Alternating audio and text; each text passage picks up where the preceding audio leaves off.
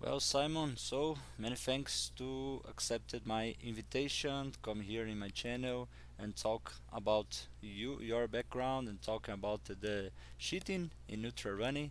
This is a theme that I like to talk about, and many thanks, my friend.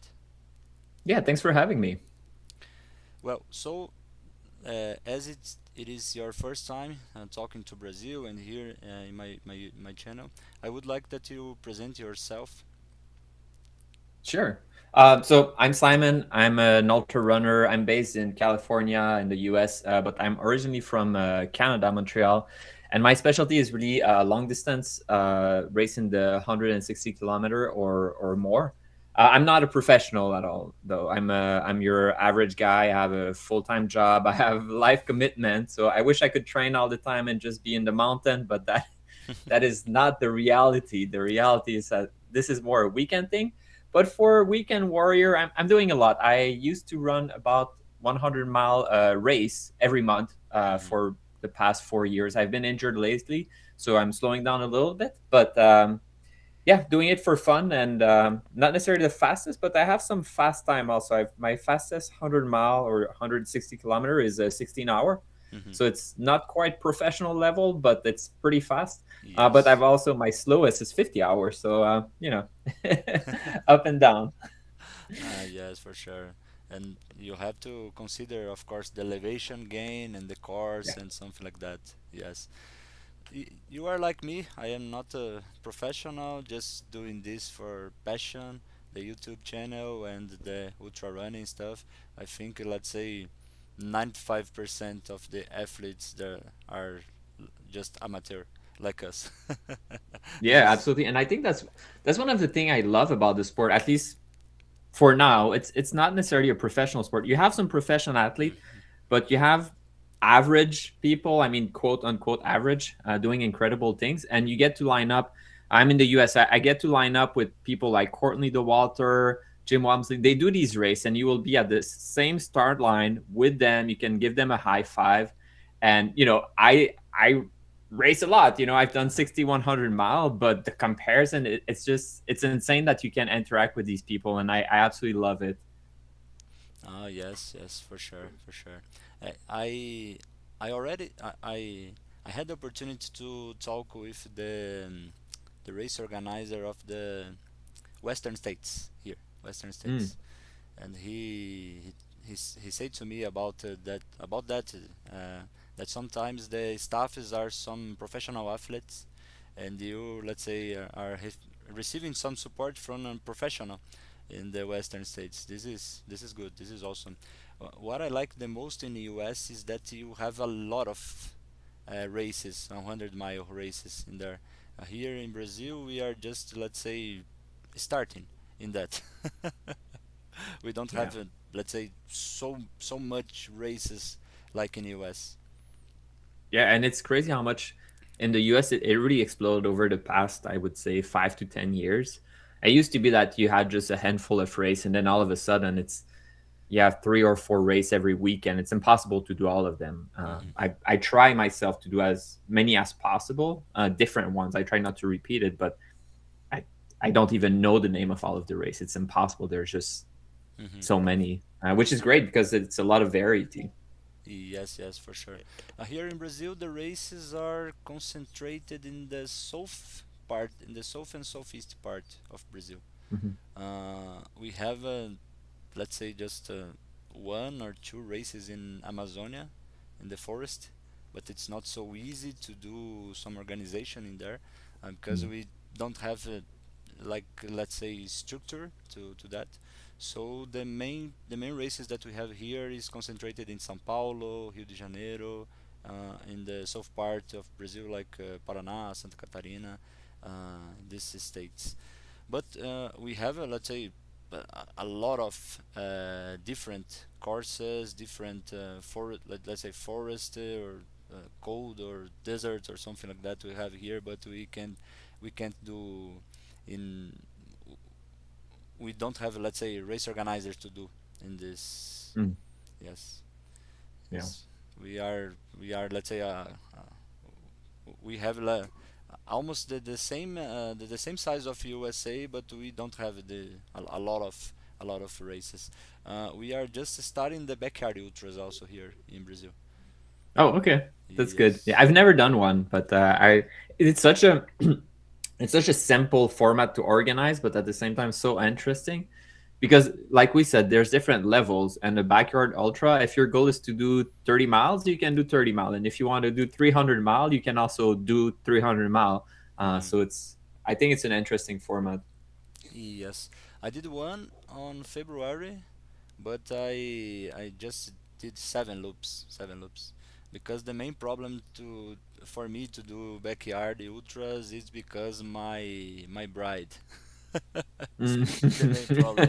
Yes, because it's difficult to say to her, "Oh, I don't know when the race will finish. I don't know." So I have, Yeah, let's say, a time limit. You will just run, let's say, five 5 o'clock. Just that. yeah, yeah. Yeah, and I don't know if you have children, but people with children also, I hear that sometimes. Like, you can tell your wife to take care of the children, but there's a finite amount of time it can be. It's not like, my love, you take care of the kids for the next 3 days. I'm just gonna be running in the mountains. Like, no, no, this is not happening. Yes, the main joke here in Brazil is that, oh, let's do some backyard ultra. Okay, I will ask it to my bride if she allows me to do that. Hmm. This is the main joke. You have to ask the bus the permission. Yes, yes, the boss. Yeah. My friend, what ultra trail runnings or ultra marathons you already did? Phew. The easiest way to know that is probably to go on my YouTube channel, Simon Running with Simon, because I post always a movie about my race. But some of the more exciting one that I've done Badwater Okay. 135, which is quite famous. I've done Leadville Uh-huh. in Colorado, Hurt 100 in Hawaii, but really a host of race. My preference is always mountain race. So I've raced a lot in Colorado. Uh-huh. One of my favorite race was a race called Ouray 100 mile, which is in the same area as Hard Rock 100 mile. Okay. And Hard Rock is known for a lot of ups and downs high in the mountain at high altitude, but Ouray is in the same area and actually has more Mm. elevation gain. So it's a very intense race. And I've done a lot of, or I'm starting to do more 200-mile race. So what is it in kilometers? Like 300-kilometer or more. So I've done Cocodona, which is a famous race now. I'm Mm. doing the Triple Crown that we call here. So it's Bigfoot, Tahoe, and Moab 240. And my favorite race also was a race in Europe called Tour des Géants, which is Mm. a Okay. 200-mile in Valle d'Aosta. Very challenging race, but such a great experience. So yeah, this is my credential. They're all behind me. If people can see all the buckle and all the trophy that I've collected. Perfect, perfect. Your background is amazing, amazing. You run since Ultra marathon. It's only been like 6 years. 6 years. Before that, I was always an on and off runner. Mm. I had done my first marathon, I think, in 2016, so about 10 years ago. But it was always more, you go to the gym and you need some cardio, so then I did some running, and Mm. I think I have some ability with that. But my true background and why I became I would say, decent ultra runner is much more on trail. I've been a hiker my whole life, doing Mm. a lot of backpacking trip, and the difference between marathon running and running 200-mile is huge, but the difference between doing a backpacking trip several days and doing a 200-mile in the mountain actually is pretty similar. It's very similar. The difference is you're not carrying anything. It's easy in a race. They have aid station for you. They have the food. All you need to do is walk and run a little bit. So I Mm. think that's where I was able to adapt fairly easily. Mm. Okay, okay. And you tried to do that kind of race like Arrowhead, Tuscobia in the snow? I have not tried Arrowhead. It looks scary. Me too, don't, me too. don't tell don't tell anyone, but like, I'm tough, but I don't know. It looks intense. It looks intense. Yes, yes. You need to carry your sled, and it's not so Yeah. easy. Uh, Here in Brazil, we have, let's say, 10 athletes that finished the Arrowhead. I think in do someday, but I don't know, because here we have We are used to 20 degrees, 30 degrees every day, and we we don't have this kind of temperature here in Brazil. It's difficult Yeah. to train here. Uh, I have the opposite problem with that. So I'm originally from Canada in Montreal. So we have winters, mhm. and I know how much it I know how much it sucks to be out there when it's really cold. So I'm very okay. Now I'm in California. I'm happy here. I don't know why I would want any temperature different than 20 to 25 degrees. So I'm good. I just know that nah, it's okay. I know snow, I know ice. I don't like it. Okay, okay. And for us, it's too expensive to try to do this Yeah. kind of race because we don't have the equipment for snow here in Brazil. Uh, here in São Paulo, when we have let's say 10 degrees, it's so cold for us. 10 degrees. Mm. So imagine it, 30 degrees negative. It's difficult. It's difficult. Yeah, I lived in Europe for a little bit, so I had some friends from Greece also, and Okay. we were talking about kind of when we grew up, and she was telling me that the school would close if it's 5 degrees. And I was crying. I was like, look, for us, if it's minus 40, the school is still open. You're still going. Like, this is not fair. Yeah, vacation because it's mild temperature from my point of view, it's not okay. This is not okay. Okay. And my friend, you said about the YouTube channel Simon Running with Simon. Yep. When you decided and why you decided to create the YouTube channel? Yeah, that's a great question, actually. I never wanted and still don't want to be an influencer, Okay. but running and trail running and ultra running came somewhat naturally for me. And I felt like sharing that experience. And it came from two directions. One was I did start filming a little bit just to to show the bus, to show my wife Okay. the adventure, like the fun that I was having, and like, hey, I'm thinking about you. So that's how it started to have the recording. But Hmm. then eventually, I was myself looking for races, and there's so many races in the U.S. that if you want to race Zion 100 mile, I have no clue what the trail is like, and I'm looking on YouTube. There was nothing at the time that was really showing the trail. Yeah, you Hmm. have people doing like selfies and all of that, but core like section by section, it was not really there. So I wanted to share that experience and share it in a very this is just how it is. Like, this is how it is. Sometimes I'm happy, sometimes I'm sad, and look, I'm going to show you the trail Hmm. so that they can have their own adventure. And that kind of picked up, and eventually I started doing a little bit more content that is related to helping people. So how do you train, how do you deal with blisters, how do you run in the mountain, how do you adapt to the heat, a lot more tip based from the things that I've learned, because at this point I would say that I have a fair amount of experience Hmm. trail running. And of course it's experience that I've lived myself, but it's also experienced through a lot of my friends that have also experienced, and you learn from each other. So that's my way of basically giving back to the community. Okay, okay. It it was like the same motivation that I had to create my YouTube channel also.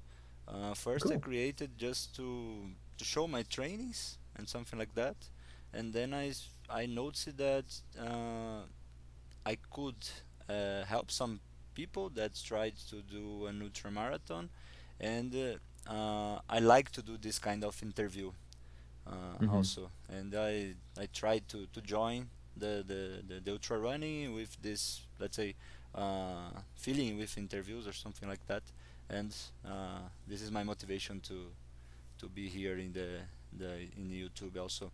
This is my live broadcast number 670, my friend. Wow. That's a lot.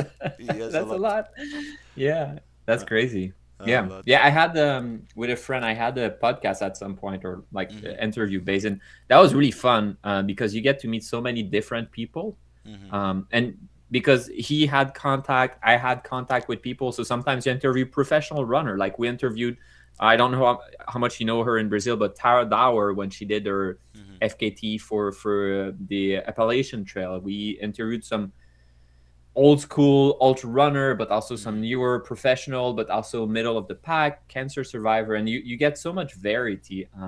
That yeah, it was really interesting. The problem for me was just time. It was impossible to keep going. But my friend's still doing it, and I think they've done 100, so Mhm. not 600. It's That's really impressive. Yes, yes. And what's good in doing this interview, because I am also an ultra runner, and I can, let's say, change some, trade some experience with the person that I am doing the Yeah, interview, and sometimes yeah. this help me to do some races also. This is good. Uh, let me just I have here. Let me show to you uh, all the people that I interviewed here with the flags. Oh, the flag, the country is nice. Yes, yes. From the US, I interviewed André Kajlic. I don't know if you heard him. No, not familiar. Yes, he did the Brazil 135 in 2013 with a wheelchair. He did. Oh, wow. Yes. Chris Costman from Badwater, John Medinger, Western States, Lazarus Lake twice. He came Hmm. here to talk about Badwater, not about Barclay, because Barclay is a secret, a top secret race. I interviewed Lene Flanders, Michelle, Marta Heinen.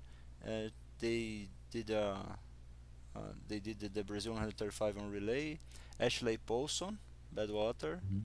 Harvey Lewis to talk about backyards. Ken Kruger, Arrowhead. Megan Eckert, Mhm. backyard. Chris Roman, he did let's say 10 editions of Brazil 135. And Wow. now you. So you're putting me as American, not Canadian. That's Ah, yeah, yes, interesting. yes, yes. You are Canadian. I was gonna I ask you forgot. which country. I forgot to say to me. Yeah. Well, it's funny because some races sometimes they care about where you're from, and I Uh-huh. feel if I say I'm Canadian, which I am, then I have a Okay. higher chance to be picked rather than American. So I Ah, played this card a little bit. I think when I signed up for Badwater, I said I was Canadian, which is true. Like it's not a lie, but I race as a okay, Canadian. That's okay. my country. Uh, the Canadian that I interviewed was Ihor Veris, but he is Ukrainian. Yeah, Yes, he is a, interesting. So I yes. mean, so then I'm second one. So it's good, Yes, the second one, the second one. Okay, good, my good. friend. So let's start to talk about this cheating Hmm. theme. Uh, is it being common in USA now in trail running? I don't think it's common, but I think what is interesting is that it's rarely talked about, and Mm-hmm. there's different type of cheating for sure. Some is more outrageous, some is a little bit milder, and every time a case happen, people are very surprised or shocked. Mm-hmm. But and I really don't know how it is in Brazil, but I think in the US and trail running, especially smaller race, Mm-hmm. a lot of it is based on the honor system. Like people don't cheat because you shouldn't cheat, not because we're controlling that. Of course, race like Western State or there's a lot of control, but smaller races, it would be relatively easy to Mm-hmm. cheat, and there, yeah, I think it happens, but there's definitely a degree of cheating, and that's where like it's good to discuss the specifics sometimes.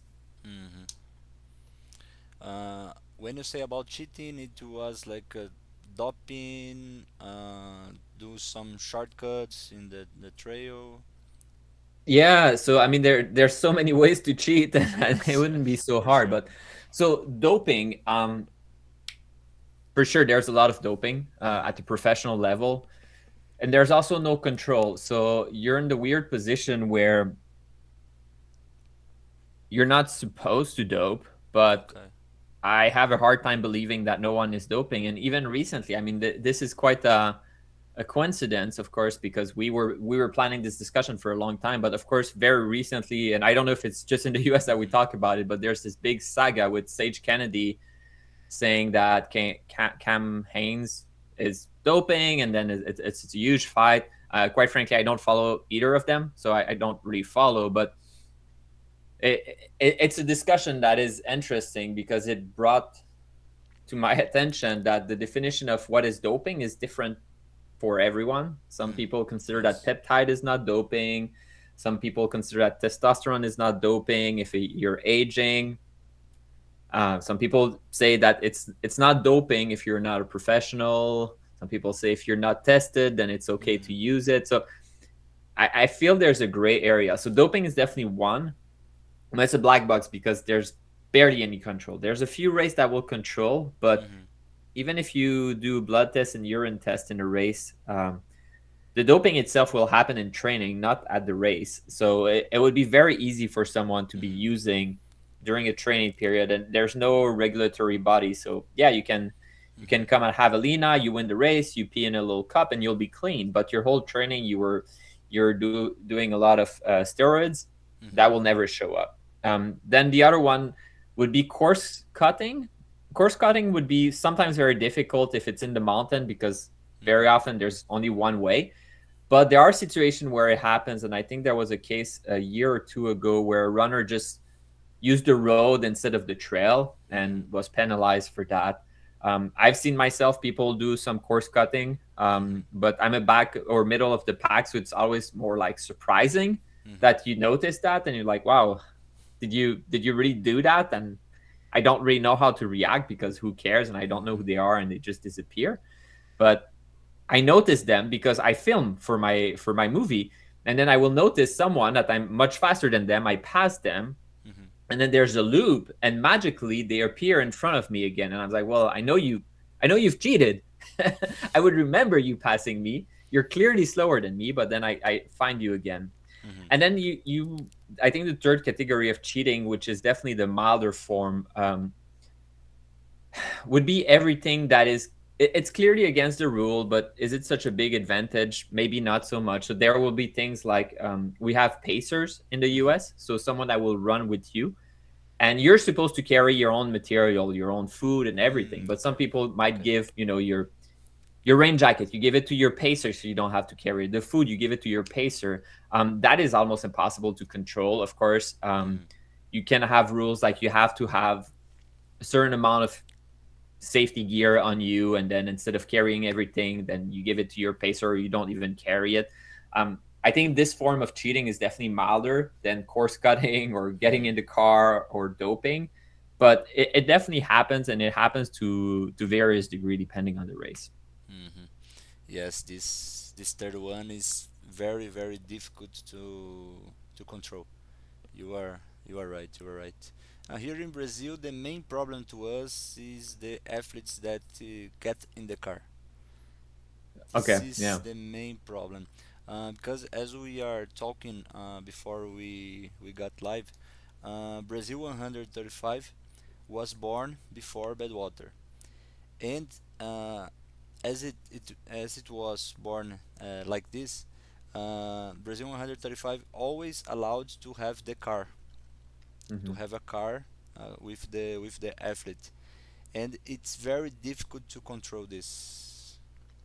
Who gets in the car? Who? So every edition we always have this kind of discussion. And then after Brazil 135 was born Y, other race that allows to the car side by the athlete. Caminhos de Caravaggio also um, allows this.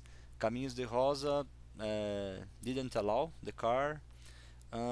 5D Ultramarathon didn't allow. Also, Extremo Sul didn't allow because it happens in the biggest beach of in the world, in the south Hmm. part of Brazil. So the car is not allowed to go in the sand. So we have problems with these three races about getting in the car. But Caminhos de Caravaggio is a race that, let's say, the race organizers they do something to control this. So they, let's say, check when the athlete pass in some hydration point and then in other hydration point, and do some average, some about the pace. Hmm. And let in the last year uh, they not qualified an athlete that get in the car. But Hmm. the other races, they, let's say, don't do so much to check. This is the main problem Yeah. here in Brazil. uh, Doping, uh, doping is so expensive to buy the kits and something like that to test the athletes, so we don't know about this. Yeah. we we have, let's say, It's expensive to test. Yeah, it's expensive to yes. test. And when you realize that testing is, it's not useless, but it's Mhm. definitely something that can be, people can go around testing. Mhm. Because even if you compare at, let's say, the Olympics, or professional marathon runner Mhm. doing Boston or Chicago, these people are tested very often, Mhm. and it can go years and years, always test negative, it's clean, and then one day they test positive. And I Mhm. have no doubt that they've been doping their whole career, but it took several years to find it because there's ways around it. So I think that's why a lot of racers decide, look, we can't control for it. Mhm. But it's interesting about the car. I feel, unfortunately, there's things that can be done, but almost everything can be, you can go around. We had I mean, you had Ashley Paulson on your podcast. She Mhm. was accused of cheating in 2022 or 23 at Badwater, exactly like that. Mhm. I don't think there was ever evidence that she cheated, Okay. but people accused her. And what's interesting with that is that it's hard to prove that someone cheat or did not cheat. And if you get accused of cheating, sometimes it can stick. A lot of people remember her as the girl that went in the car, but there was never any evidence of that. Mhm. Um, Yet at the same time, you hear cases of cheating, and the consequence is very minor. Mhm. So sometimes it's almost encouraging people to cheat as a Yes. way to succeed. It's almost, especially with doping, either you don't dope and you will never win, or you dope and you will potentially win and most likely never be caught. Then what's what's the decision? Either you never win, or you might win, and hey, maybe you get caught, but maybe not. So then people unfortunately lean in that direction. Mhm. um I'm curious, so for the car, we definitely have races here where you have trackers, Mhm. that will help you track your position. I feel that's the first step to try and mitigate that. Of course, you can still be in the car, you can still trade your tracker with the pacer or someone else, Mhm. but that, to me, that's step number one. It's, you need to have a tracker on your runner. Mhm. Yes. Uh, one curiosity I say to you about Caminhos de Rosa that didn't allow car now. Hmm. It was because in the 2023 edition, they caught an athlete that Hmm. was entering the car, and then the race organizer did something, let's say, amazing. He invited this guy again in the next year. He said to the guy, now the car is not allowed. You will Mm. do the race without the car side by you." And the athlete just stopped in with 100 kilometers, just let's say 30% of the race, and he didn't pair with the race. And Yeah, I mean, yes. yeah, at least he tried. I've heard cases where, I don't even know if it's true, but it's, I don't even think it was running. I think it was a triathlon, but a lot of age groups, so older people would compete. It was like the world championship, and then just before the race, there's a lot of people that are signed up, and the race organizer says, we will test Hmm. for doping everyone that wins top three in their age group. So if you're 50 to 60 years old and you win third place in that group, we will test you. Almost 50% of the people decide not to race. Yes. I was like, Yes. yeah, okay, that's interesting. I wonder why. It's, of course, sometimes you cancel because you have an injury, but it was a lot of people, Uh-huh. that canceled. It's like, oh, interesting. Interesting. Just saying that you're gonna control that Hmm. apparently helps, but at least he tried. Yeah, so I am one that are trying to do something about this kind of thing. Hmm. In 2022, I did a live broadcast here with five race organizers, and in the end of the live, we did a document where they committed to try to avoid this kind of situation. Uh, what we put in that document, it was, let's say, when the athlete do a to denounce this kind of thing, they they try to evaluate it, to see if the athlete are, let's say, some people are trying to mislead or something like that. uh, uh, I don't like the runner. I will say that he entered in the car or something like that, and Yeah. and the race organizer, it needs to evaluate the situation. But I didn't uh, I didn't see, uh, let's say, it improved or something like that.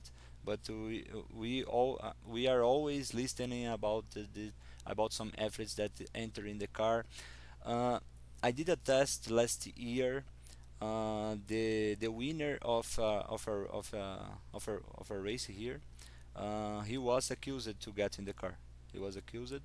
The guy who accused him, he sent to me the Strava, and in the Strava, in a big ridge, the guy was doing, let's say, 6 minutes per kilometer, the pace. Mm. So he sent the email. He sent an email to the race organizer with the evidence, and the race organizer didn't care about it. Yeah. So I mean, to me, that sounds like a culture issue, also, right? Like yes. if it's tolerated, unfortunately, it's really hard to fight that. Oh, hmm Some races here in Brazil are tolerating this. yeah, This is the main point, my friend. This is the main point. yeah. And I. Well, it's difficult to prove though. That's the thing because even with the Strava or the GPX, sometimes it doesn't work well. hmm Sometimes there is imprecision, but I know that for Ashley, for example, I think part of what is important is that first a race director need to care. If they don't care, then uh, nothing will be done, right? hmm But there needs to be a collaboration also. As an athlete, if you're accused of cheating and you're not cheating, you should be able to collaborate, which means sharing your GPX file. hmm If you have heart rate monitor, sharing that data too, because I think the correlation between the two is important. If someone is accused of being in the car, hmm you would expect that their heart rate would at some point go down and stay hmm down for a while despite their pace being stable. And then the only way to fight that would be I give you my heart rate monitor and you're the one running while I'm in the car. And I mean, how do you control for that? I don't think you can control for that. Like if it's that level of sophistication, you have a twin brother. Like, I mean, I'm sorry, that someone with a twin brother will always be able to hmm cheat, but it's a minimum because at some point it's almost you need to put so much effort into cheating, hmm and it's difficult also for a cheater to do the right thing if they don't know how you're going to control for it. So if after the race you ask, hey, I want to see your heart rate for the race, and you didn't know they would ask, then yeah, for 1 hour you're sleeping in the car and your heart rate is at 50. hmm How do you explain that? And I think that's sufficient evidence to hmm disqualify someone. hmm Yes. In Caminhos de Caravaggio last year, the race organizer, uh, he was he was, let's say, how can I say that, he, he he he had a suspicion about Mm, about an athlete. Between the hydration point 3 to hydration point 4, he was faster than the champion of the ultra race. So he called this guy, and he said, please send to me your Strava, your yeah, yeah, smartwatch the or something data, like yeah, that. Yes. yeah. And Mhm. the athlete just refused to Yeah. send, and because of that, he disqualified the guy. I think it's kind of valid, honestly. hmm There was a case that's a long time ago, but it's a race called Rocky Raccoon, which is fairly competitive in the U.S. It's in Texas, hmm and someone was accused. There's an in and out that you need to do, and it's maybe 4 miles, and he was hmm accused of not doing it on one of the lap. And he said, "Oh no, of course I did it. Like your volunteer who's supposed to write down when someone comes, like must not hmm have seen me, but I did it. I can prove it." But then when the race director insisted, hey, we need to see your Strava, we need to see the information, he refused. And then yeah, that was sufficient to know that he was bluffing. Obviously he was cheating. And like you say, the suspicion starts from one of the segment being too fast and not providing the information, because if you didn't cheat, you can provide the information usually, you know, unless you have a really good reason. Yes. Here in Brazil, we have an athlete that is a professional cheater. He goes to the races, and we always know that he will try to do something not good. He will cheat in the Okay. race. The first time he was caught, he was using some car to put his stuff in the car. So he was survivor, and he was using a car to do that. So some friend that was with a car, and he was just giving the backpack to him. So he was not qualified. The second time he was doing a shortcut during the race, so he was caught. But the third time was so funny, my friend, because it was in a backyard ultra. In a backyard ultra, you have a 6.7 kilometer the course, and the course was like that. You start here, and you do a big loop here, Mm. and in the middle of this intersection was, let's say, some trees. And what this cheater did, he just hide in a tree, I didn't wait. yes, and go in the other way. Yeah. And he was and he have the and he had the bad luck because in one of these loops he was in front of the first place. So the first place just wow, he didn't pass me. Yeah. So he denounced him, and and in the other loop, the race organizer was this place, and he caught him hide in the tree. Yeah. So he was not qualified, and then the guy just uh, didn't say sorry or something like that. He just okay, I was caught, and Yeah. I'll try better next time. Yeah. yes, yes, my friend. That's too bad. I feel like trying to cheat in a backyard, it must be really difficult because Uh-huh. it, at some point there's just so few people left. You know, maybe you're five runners. You know exactly where everyone is during the whole lap. Like, how do you?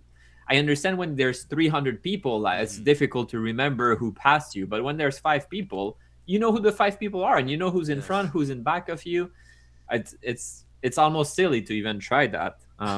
But yeah, I mean, Yes, good he on him for tried. trying, I suppose. I mean, Yes, it's crazy. yes, it was so funny, my friend. He did this in the beginning, when you have Hmm. let's say 100 athletes or something like Okay, that. yeah, Yes, but in the end, of course, it wouldn't it wouldn't work. I think in the yeah, end, but he tried. So what we try here in Brazil is to tell this kind of thing to other race organizers, so hmm, they will have, let's say, a blacklist about some athletes. So this yeah, guy who wouldn't come to our race, uh, in the document that I did with the race organizers in 2022, we tried to do this kind of blacklist, but it didn't work. We just have the things working with these, let's say, professional cheaters, the guys that everybody knows that are trying to do that. yeah. I think I mean, sharing the stories is helpful too, because then you know what to look for. You know, Hmm. now you know to look like, hey, if there's someone who, like, there's inconsistency, and both as a runner also, like, if you pay attention to these things, I think the at least my mindset with cheating is that cheating exists and will always exist, unfortunately. There's nothing you can do to fully prevent it, but I think Hmm.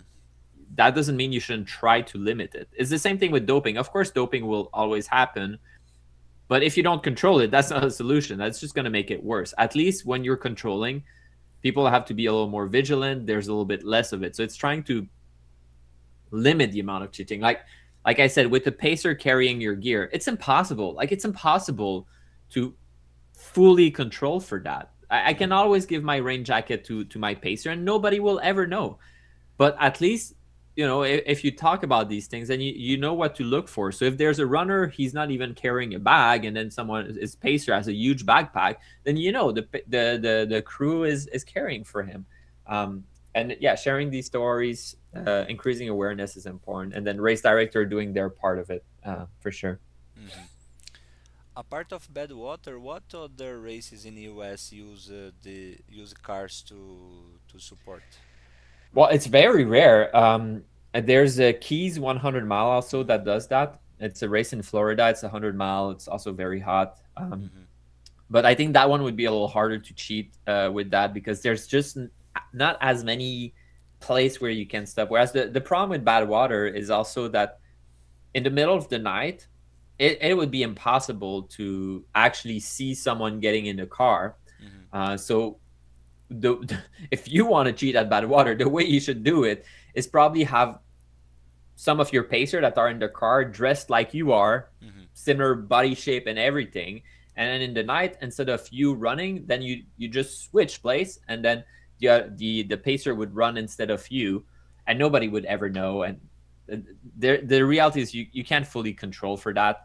Mm-hmm. Um, Keys 100 mile would be harder because most of it is during the day, especially for winners. Like you finish in probably 15 hours, so it's mostly daytime, and yeah, it would be a little more challenging. There's a few other races, but those races are usually minor races, more local race. And Mm-hmm. local race, I think the incentive for cheating is lower.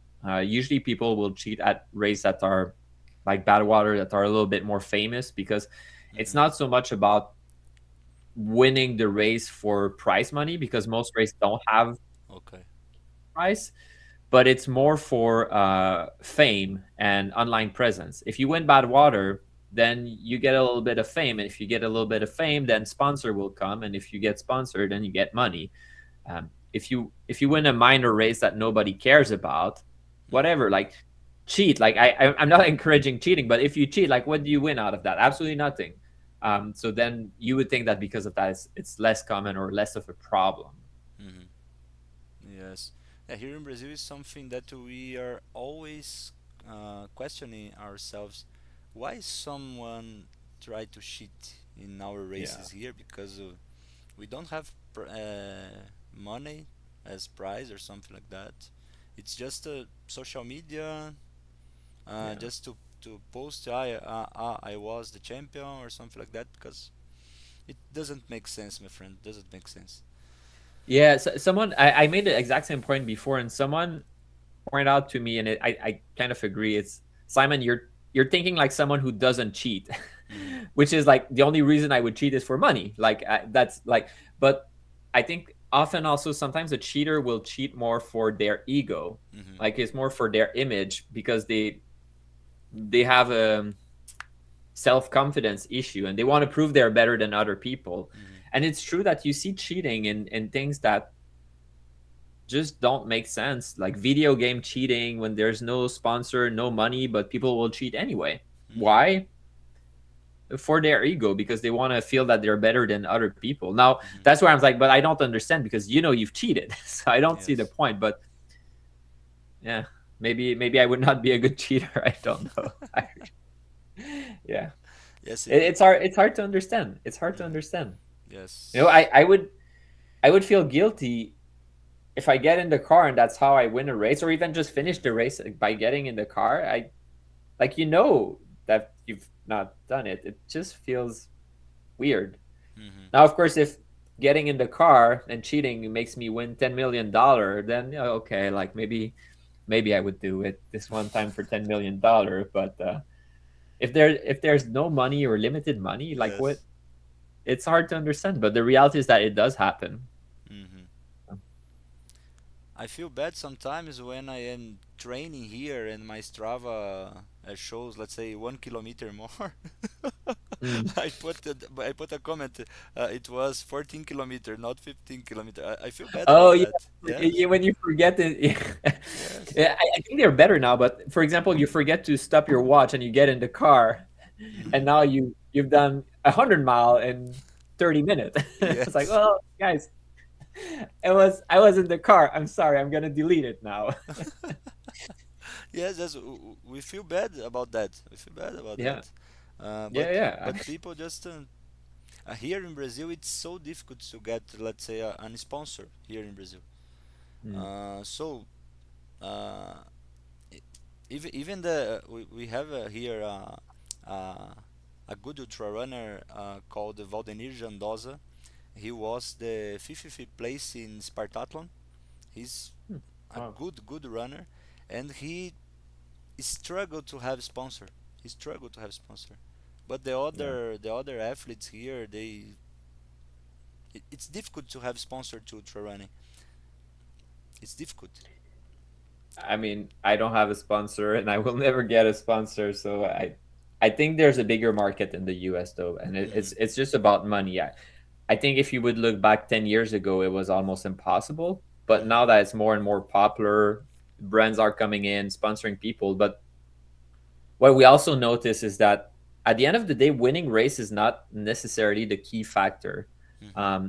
It's about presence online, Hmm. and that can be from having a nice personality. Um, it could be simply that you're good looking. Hmm. That matters a lot. You know, if you're good looking and you finish second, you will get a better sponsorship than if you win. That's that's just the reality of life. But the amount of money that is generated in the US, and you can see also just the way you've described, there's less race in Brazil, Hmm. indicates that the market is smaller versus the US, where you have more and more race because there's more and more people and there's more and more money. And if there's more and more money, then shoe company care all Hmm. of a sudden about trail and ultra running. They didn't care before. Before they only cared about marathon running. But now, okay, it's getting a little more popular. We're gonna sponsor some people a little bit. Um, but I think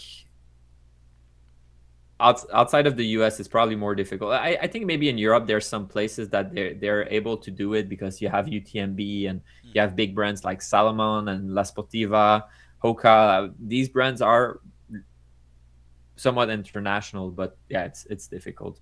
Hmm.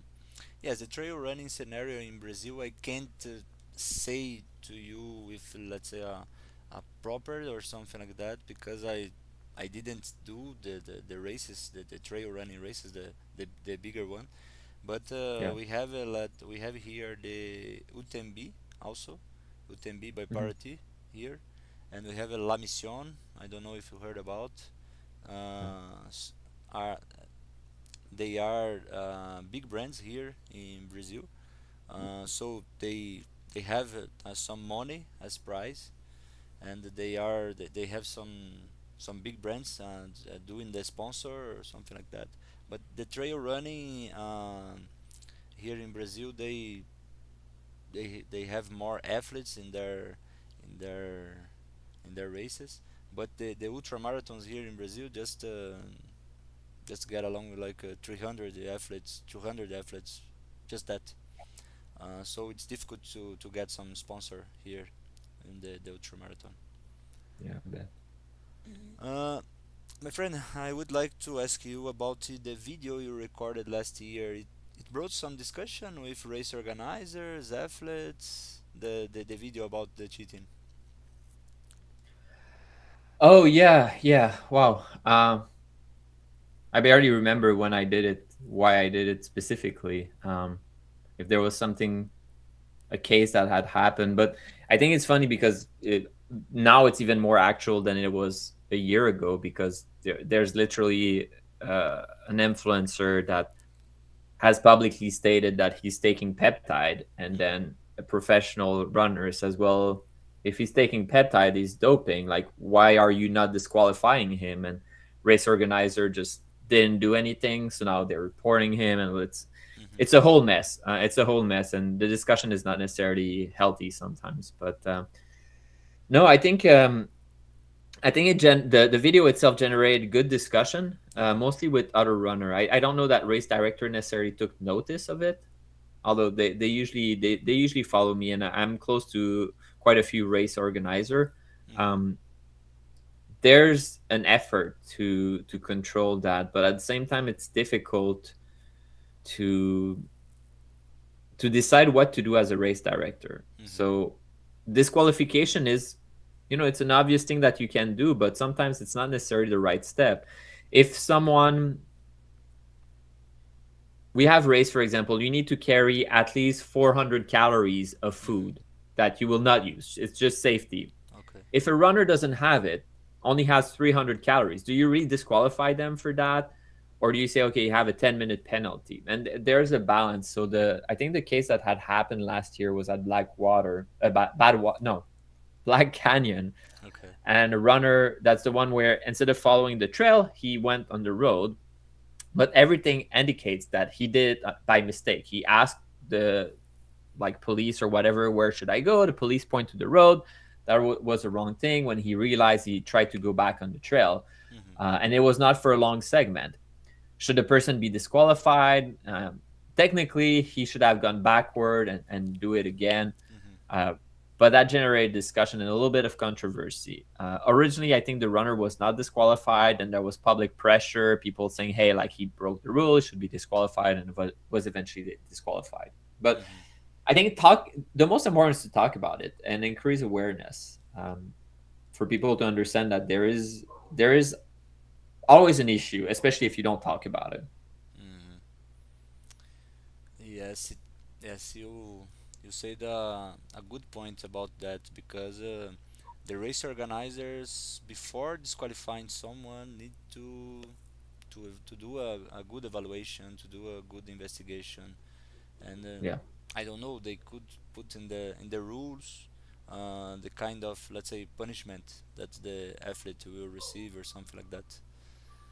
Well, Uh, usually the rule will say that breaking any of the rule mhm, can lead to disqualification at the discretion of the race director based on the severity. mhm, Um, but then it's based on the race director, what they feel is a huge transgression. I think it's pretty obvious. Someone who would get in a car would be automatically disqualified. mhm, But it's more the gray zone area that it's a little harder to decide what should you do exactly with that. How can you be fair, and should you apply also the rule? And I think that's what's more recently the discussion with the peptide situation. mhm, Should you apply the rule strictly for everyone, or just people who are finishing, in the podium and like kind of winning the race? Like, do you really care that grandma who finished like almost last, she had her pacer carry something for her? I don't care that grandma did that. Like, I'm happy that grandma did it, and she's not competing for anyone, she's not competing for attention, she's not mhm, posting online, she just did for herself. And maybe for safety or for safekeeping, she said to her pacer, can you please carry my rain jacket? I have no issue with that. mhm, Technically it's cheating. Do you want to disqualify grandma? I mean, come on, like, it's grandma. Like, she I'm happy that she's out there. mhm, So I think that's also part of the discussion that is a little more recent. It's like, okay, like, this influencer is using peptide. He should not be using peptide. mhm. Should we care if you're not competing? It's a good question. I think it's a good question. I do care, but I think I can see how there's a gradient of how much I care. If someone wins the race and cheated, even if it's a very small amount of cheating, like kind of a gray zone, I think Mhm. it's disqualification. But if it's someone who finished in the middle, I care a little bit less, because first of all, you cannot control, and who is it really affecting? I think also what is tricky is that even though sometimes someone can cheat, Mhm. clearly the impact is so minor that it feels almost unfair to disqualify them. There was a case in Hard Rock. So Hard Rock, it's a pretty famous race, and it must have been 10 years ago. I can't remember. It was a French runner, I think. And at Hard Rock, you cannot receive support outside of the aid station. Mhm. They probably say like you cannot receive support more than 100 meter outside of the aid station. Mhm. But the runner ran 1 mile, and then after 1 mile, his wife or something gave some water. Okay. Um, and that was caught on camera, and the person ended up winning the race by probably 1 hour ahead of everyone. And after the race, they realized, hey, he had some water 1 mile outside of the aid station, disqualified. And that's really rough because it, he shouldn't have done it. That's pretty clear. Like, that's pretty clearly breaking the rule. Did he win because of that? Absolutely not. Like, it had zero impact. He could have had the water 1 mile before, but for whatever reason, he didn't take it there. Maybe he didn't have the water. The wife didn't have the water. They Hmm. decided to just do it. But practically speaking, even if he had gone from where he got the water, go back to the aid station, take the water, run Hmm. again, he would still have won. But it's breaking the rule, and obviously you need to disqualify. But it's a little tricky. I would not want grandma to be disqualified for something like that. That's it's give her the water. That's fine. She did the 100 mile. She's Hmm. finishing in the middle. It doesn't change anything. You shouldn't do it. You shouldn't do it. But it's a minor transgression. Hmm. Yes, the main discussion here in Brazil is always about podium. Yeah, The athletes that yeah, will finish, let's say, the ten first. Uh, yeah. It's the 10 first, and getting in the car is pretty bad. Like, it's hard to justify mhm, getting in the car. Like, if grandma gets in the car, I'm upset too, by the way. Like, mhm, getting in the car is a pretty blatant form of cheating that obviously has a huge impact, because it's instead of moving, you're resting. That's a huge advantage. Huge advantage. So mhm. You made me remember about a case here in Brazil.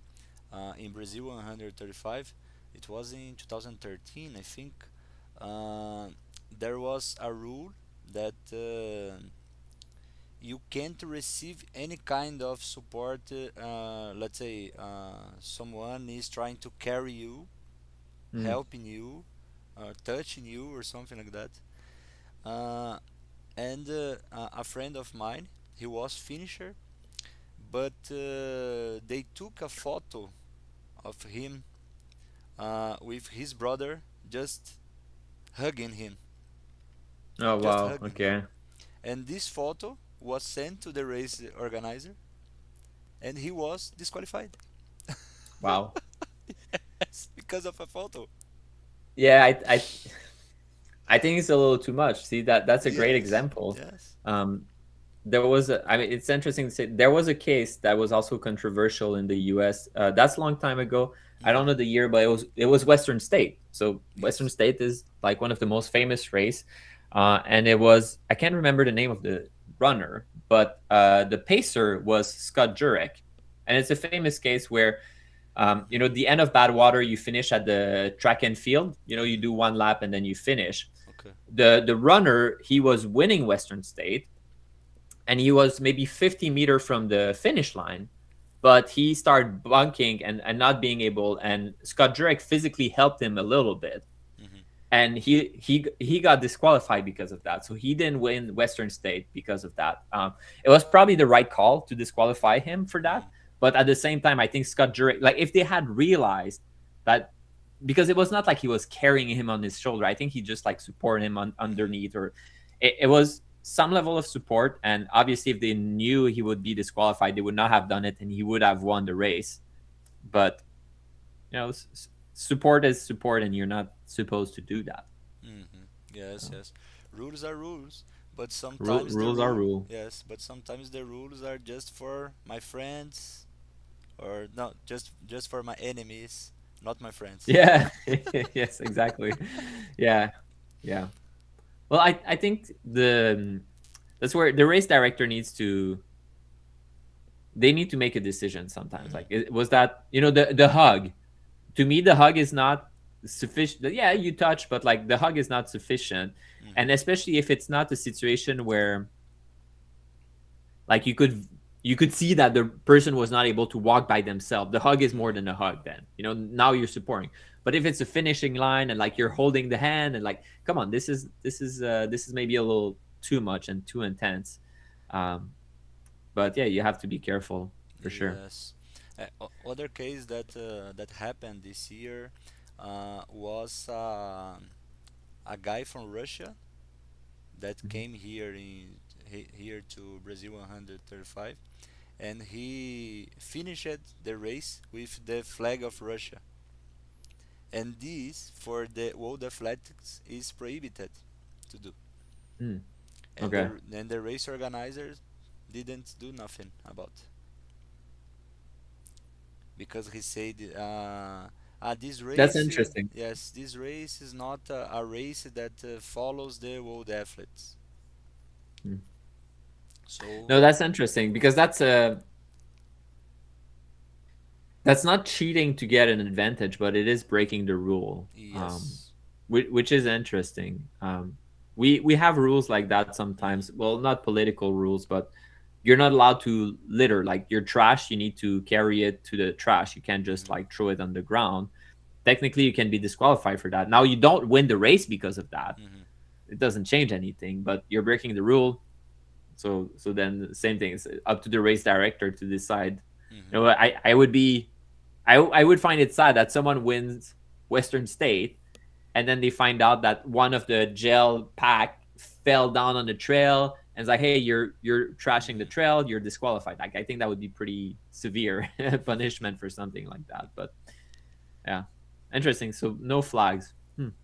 Yes, yes, because of Yeah, the war, Russia, Ukraine. yeah. No, Yes, sure. I yes. totally understand the why and why it's a difficult Hmm. situation. I mean, and if the runner knew, I mean, he decided to do it anyway. Hmm. Unfortunately, but yeah. So, Yes, yes, he knew about that, because in mm, some races in Europe, he wasn't allowed about. Uh, mhm. he did a 6 day race, I think in France, in Poland. I don't remember the country, and he was not qualified because the Russian flag. Oh So wow. he knew about that, but here in Brazil 135, anyone cares about. Thank you. Mm, So it's interesting. difficult. It's difficult. Some races here in Brazil sometimes, let's say, do something like that with foreigners. Yeah, you want them to come. Yeah. Yes, Mm. yes, it's difficult. My friend, in US, you have some races that the people say, "Oh, this race is a race for the cheaters" or something like that. I'm not aware of any race that would be like that. No, Mm-hmm. It like there's no race that have a reputation like that. okay, okay, That's good. yes. Here in Brazil, you have two that have this Mm. reputation. Uh, that we always know that in the end we will have the denounces about the people getting the car. Yeah. And I am the one that always receive these denounces. Yeah. No, I'm glad that we don't have that. It's yeah. I think there is awareness and there is willingness by race organization to do something about it. Um, Hmm. now because I know the race and the race director, I can say that some races are more severe than other, Hmm. for sure. Like absolutely, but it's not because they have a bad reputation. It's just some people will be more forgiving for small Hmm. infraction. But yeah, Last question about Badwater. We talked a lot about Badwater, and this is my dream. This is the yeah. race that I would like to do in the future. Uh, in Badwater, it's difficult to do cheating or something. They try to. It's a good question. I think if I compare to a lot of it depends what type of cheating. I think Hmm. if you would want to be doping at Badwater, very easy. I don't think they control, and it would be very easy to dope for Badwater. Course cutting would be impossible. Yes. I think getting in the car would be potentially feasible, but more for people that are at the front. Because when you're at the back, you know the 4 or 5 people that you keep doing like that, so Hmm. you would kind of know that something is wrong. Hmm. Um, Although, yeah, maybe it would be possible to get in the car, sleep a little bit, then be dropped a little further if you're careful, especially at night.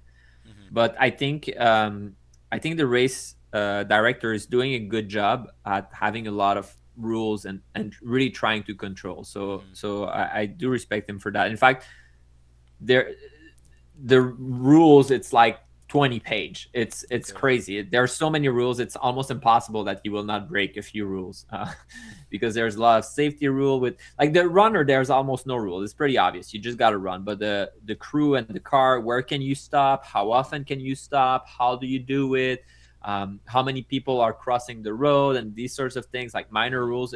There's a lot of them, a lot of them. Mm-hmm.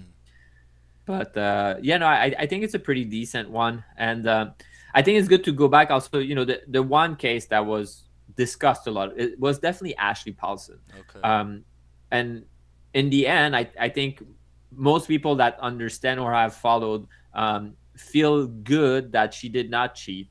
First, because she provided the race, the data, like the Strava and her heart rate monitor, everything was clean. um, I think the reason people were accusing her was that she had past transgression when it comes to doping. Mm-hmm. Um, so I mean, nobody knows if she's doping or not, but I think because of that, people associate, if you cheated before, then you cheat again. But my understanding is that the doping case against her was a tainted supplement, Okay. and they were able to show that in the supplement there was the agent. So like that is usually hard to prove. So it must have been accidental. But then, I mean, she's a famous runner. I don't know when you interviewed her, but now she's broken the world record for 100-mile, both Mm-hmm. on the treadmill and at Jackpot Ultra, which are two races that it would be impossible to cheat. I mean, the treadmill, unless you play with the setting and like the speed is not right, like as long as it's calibrated, how can you cheat? Like we see you the Yes. whole Yes. time. And same thing, Jackpot Ultra Marathon is a loop course, but it's in a park, Mm-hmm. and you can see the runner the whole time. It's a very small course. It's maybe 1.5 kilometer. So, and there's no tree, so you can really see the runner. So there's absolutely no way that she got in a Mm-hmm. car or anything. Like it's absolutely impossible. So she has been able to come back and demonstrate. Look, the really good time I did at Badwater, Mm-hmm. you think it was crazy, but I actually physically I can do times like that. I am an Mm-hmm. impressive runner. So she was able to demonstrate it. But at Mm-hmm. the same time, the whole situation proved that it would be feasible technically to cheat, probably because Mm-hmm. there's only so much you can do to protect Mm-hmm. against that. Badwater have some cars that pass through the course to see the. Yes, so you have a lot of course marshal, like referee or whatever, that will patrol for safety and for making sure that the rules are followed. And they give a lot of warnings. Like every team will have several warnings, not necessarily that you're cheating, but maybe the lights on your car when you're stopping, you're supposed to have the flashers or Mm-hmm. whatever, and then they see you don't have the flasher, they stop. This is not cheating, right? But this is against the rules. So they control for these things, but at the same time they control for proper cheating, someone getting in the car. The reality is, though, is how would they know if I change my race number with my pacer and I go in the car while he's running for me? The referee would technically not be able to see something like that. Mm-hmm. It's, how would you know something like that? But otherwise, yeah, they do control. And just based on how the course is at Badwater, I don't know for Brazil 135, but for Badwater, it's in the desert. You can Mm-hmm. see very far. So that's why I'm saying, in the middle of the night, it would be difficult to see that something is wrong. But in the middle of the day, you can see from Mm-hmm. 20-30 kilometer away. So Okay. even other participant would potentially see you getting in the car and say, wow, like, what the hell is going on there? um, so also the course favors the ability to be able to control for cheating, especially that kind of cheating. Mm-hmm. Yes, yes, it's totally different from Brazil 135 and the other races, the other mountain races that we have here. Mm, Because yeah, you have the forest, you have the trees. It's difficult to see. yeah. So someone can hide in the trees or something like that. Yeah, it was Yes. the runner that did the backyard ultra trying to hide. if it was in Badwater, it would be funny because he's trying to hide behind a little rock. It's like he's hiding behind the can. He's like, oh, don't look at me. Yeah, there's no place to hide. Like you can see everywhere. Hmm. Yeah, Uh, I imagine with the trees it's easier to hide. yes, yes, yes. Actually, Paulson, I interviewed her after the Badwater, after the she was Okay. champion in Badwater. I was seen here. I was seen here. Oh, that's awesome. Hmm. Yeah, I saw. So it was last March or February that she did her world record now. So it's very recent. I was lucky. I was there when she did the world record. I can't remember the time, but like 12 hours for Hmm. 100 miles, something crazy like that's just so Yes. fast. Im- Absolutely crazy. Impressive. Yeah. It Yeah. remember me the story about Yannis Koros in Spartathlon also. Hmm. When Yannis did the first Spartathlon, he took 21 hours, and the race organizers said to him, "I think you get into the car or you received some support or something like that." But in the Yeah. next edition, with the race organizers following him, he did 1 hours less than them. Yeah. Yes. Yes, that's it's sometimes good runner are able to prove that Hmm. like what you did was so impressive people think you were cheating. I mean the similar case to that is Kilian Jornet, Hmm. which obviously we all know now like he's one of the greatest Yes. runners of all time. And what I heard was the first time he did UTMB, you have to have a minimum amount of gear with you all the time, Hmm. which would be cheating. If you don't have your rain jacket, that's cheating. And the race organizer, they were suspicious of him, so they would very often stop him at the aid station and say, "Hey, you're so fast. Like we don't believe you're so fast. We need to look in your bag. You need to show that you have all of the equipment." Whereas usually you would never ask someone to actually show it, Hmm. but for him, he was so fast. They thought he was cheating, which he was not, of course. But he lost a lot of time being stopped all the time and being asked for, "Hey, do you have your rain jacket? Do you have your rain pants? Do you have your light? Do you have this? Do you have that?" It's like, "Yes, I have it. Yes, I have it. Yes, I have it." Like, just let me go run. But he still won. He still won, and he's won so many times now. Hmm. Yes, yes. Here in Brazil, the race organizers are trying to. Some races are trying to use the artificial intelligence Mm, to trying to find this kind of situation about one hydration point to other hydration points, the athletes yeah, that are faster. discrepancies. Yes, they are Yeah. trying to use that. Some races here use Spot. I don't know if you heard about. Is Uh, it a tracker? yes, a tracker Yeah. uh, Hmm. that you need to carry with you, but it's so expensive. Also, Yeah. some Yeah. so some races don't uh, don't use the Spot because of that.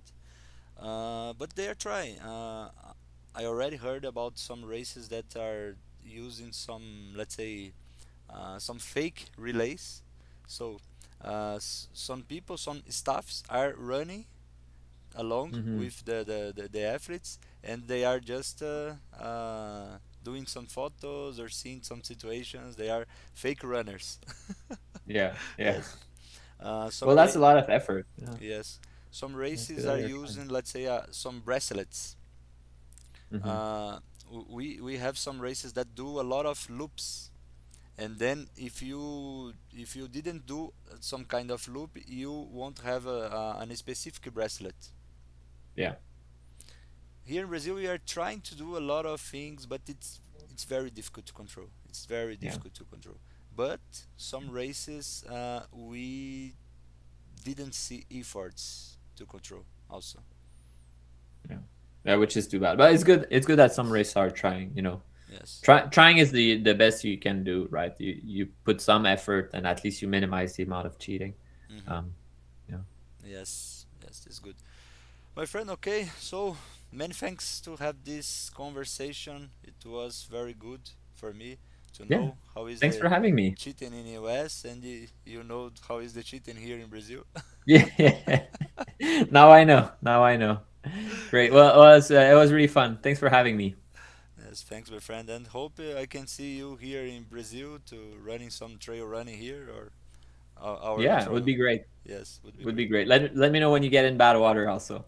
Okay, okay. I will try someday. I'll try someday, but it's so expensive, my friend. It is expensive. Yeah, yeah. Even I live close to it, and it's very expensive. Yeah, Yes, yeah, my currency, let's say, is $1 is 5 reais, so it's difficult.